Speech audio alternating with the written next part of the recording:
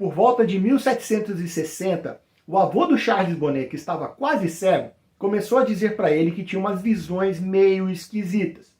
Ele tinha visões de homens, mulheres, pássaros e de construções que mudavam de forma, tamanho e lugar. O avô dizia que essas visões não eram reais e ele tinha razão. Como é que pode uma pessoa que está quase cega ter consciência que está tendo alucinações? Por que acontece isso? Meu nome é Jefferson Muraca, eu sou médico e veja essa história incrível comigo agora no canal Medicina e Histórias.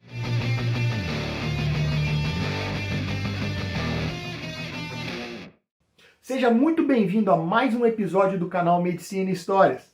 Na história da medicina, geralmente as doenças são identificadas por um primeiro cientista, que descreve o primeiro caso, e tempos mais tarde, um outro cientista reconhece esse mesmo padrão e dá um nome para a primeira pessoa que escreveu a síndrome ou a doença. E não é diferente aqui. Houve quase 200 anos de intervalo entre a primeira descrição de Charles Bonnet até a caracterização da síndrome que leva o seu nome. Charles Bonnet nasceu no dia 13 de março de 1720, em Genebra, na Suíça. Ele inicialmente estudou direito, mas a sua verdadeira paixão eram as ciências naturais. Ele tinha muito interesse em estudar formigas e minhocas, e foi o primeiro a descrever a partenogênese, ou seja, a reprodução assexuada de insetos. Em 1740, com apenas 20 anos, ele tornou-se o mais jovem membro da Academia de Ciências em Paris.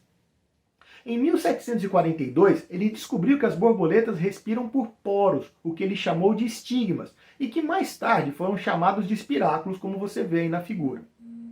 Em 1743, ele foi eleito para a Royal Society, em Londres, e várias das suas teorias científicas continuam válidas até hoje.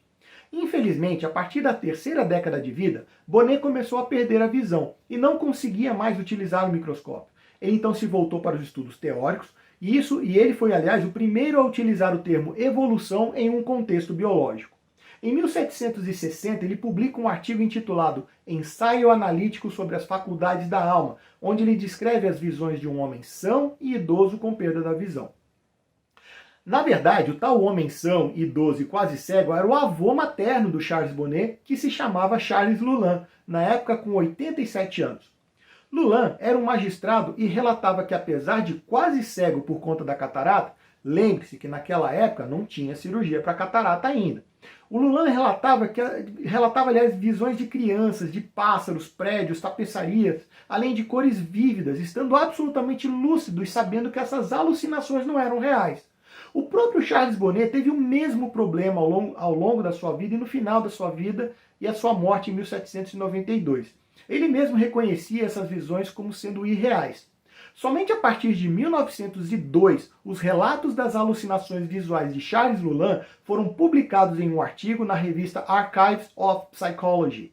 Apenas em 1967, o termo Síndrome de Charles Bonnet foi citado por um neurologista francês chamado Georges de Morsier, que tinha a sua linha de pesquisa exatamente sobre as alucinações visuais.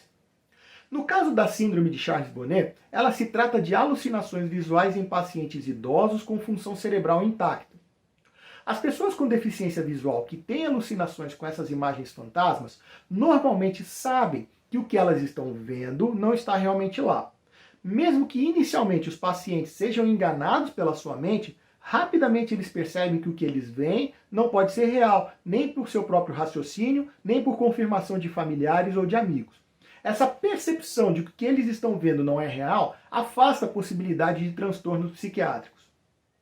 Apesar disso, muitas vezes eles ficam surpresos com os detalhes surpreendentes e a vivacidade das imagens. As imagens comuns da síndrome de Charles Bonnet podem incluir padrões geométricos, rostos, figuras, textos, animais, flores, edifícios, uma procissão, por exemplo, soldados em marchas, em até paisagens completas. Não há até hoje um critério claro para o diagnóstico da síndrome de Charles Bonnet, mas os sintomas que, quando presentes e em conjunto, sugerem essa doença são: primeiro, baixa acuidade visual ou perda da visão. 2. Presença de alucinação visual complexa, persistente ou repetitiva, que são as imagens fantasma. 3. A pessoa entende que o que ela vê, na verdade, não é real, ou seja, não tem delírio. 4. Não há problemas perceptíveis em relação à memória e ao pensamento do paciente. 5. As imagens fantasmas são puramente visuais, ou seja, não podem ser ouvidas, cheiradas, provadas ou sentidas. Mas como é que acontece essa doença? Lá nos idos de 1760, Charles Bonnet afirmava que havia um órgão da visão no cérebro que era responsável pelas visões fantasmas, e ele estava certo. A teoria mais aceita para a ocorrência dessa síndrome é que existe um componente no olho e um componente no cérebro. Essa figura é uma visão inferior do cérebro, como se você colocasse o cérebro para cima e olhasse para ele por baixo. Na parte de cima da figura nós vemos os olhos e a retina na parte do fundo dos olhos. Ali existe um nervo, chamado de nervo óptico. Através de conexões nervosas, o estímulo percebido no olho é transmitido para a parte de trás do cérebro, no chamado lobo occipital, em uma parte específica chamada de córtex visual, que você consegue perceber na área pintada de azul, na parte de baixo da figura. O componente ocular da síndrome de Charles-Bonnet é a diminuição de estímulo ao nervo óptico por conta da perda da acuidade visual.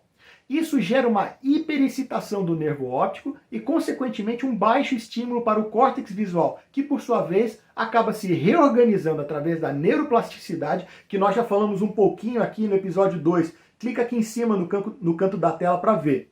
E essa reorganização acaba gerando um desequilíbrio nas reações neuronais. Com isso, algumas áreas cerebrais ficam superexcitadas, o que leva à ativação de outras áreas cerebrais que normalmente não fazem parte do sistema visual e que acabam gerando alucinações visuais próprias dessa síndrome. Um outro problema também relacionado à síndrome do Charles-Bonnet é o desconhecimento dos médicos e os estigmas dos sintomas. Um estudo feito na Austrália demonstrou que de 16 pessoas que foram ao clínico ou ao oftalmologista, apenas uma recebeu o diagnóstico correto. Em uma outra pesquisa informal de 2010, com 343 médicos de clínica geral na área metropolitana de Sydney, apenas 2 relataram que tinham ouvido falar da síndrome de Charles-Bonnet. Esses 2 clínicos admitiram que seu conhecimento dessa síndrome era escasso. Além disso, um estudo de 2018 sobre a conscientização dos médicos sobre a síndrome de Charles-Bonnet no Canadá descobriu o seguinte: descobriu que 55% dos médicos não estavam cientes da síndrome de Charles-Bonnet. O jornal também comentou que quase todos os médicos entrevistados nunca discutiram a síndrome de Charles-Bonnet como uma possibilidade real para os pacientes que estavam sofrendo perda da visão grave. Pelo lado do paciente, também há o estigma das alucinações visuais.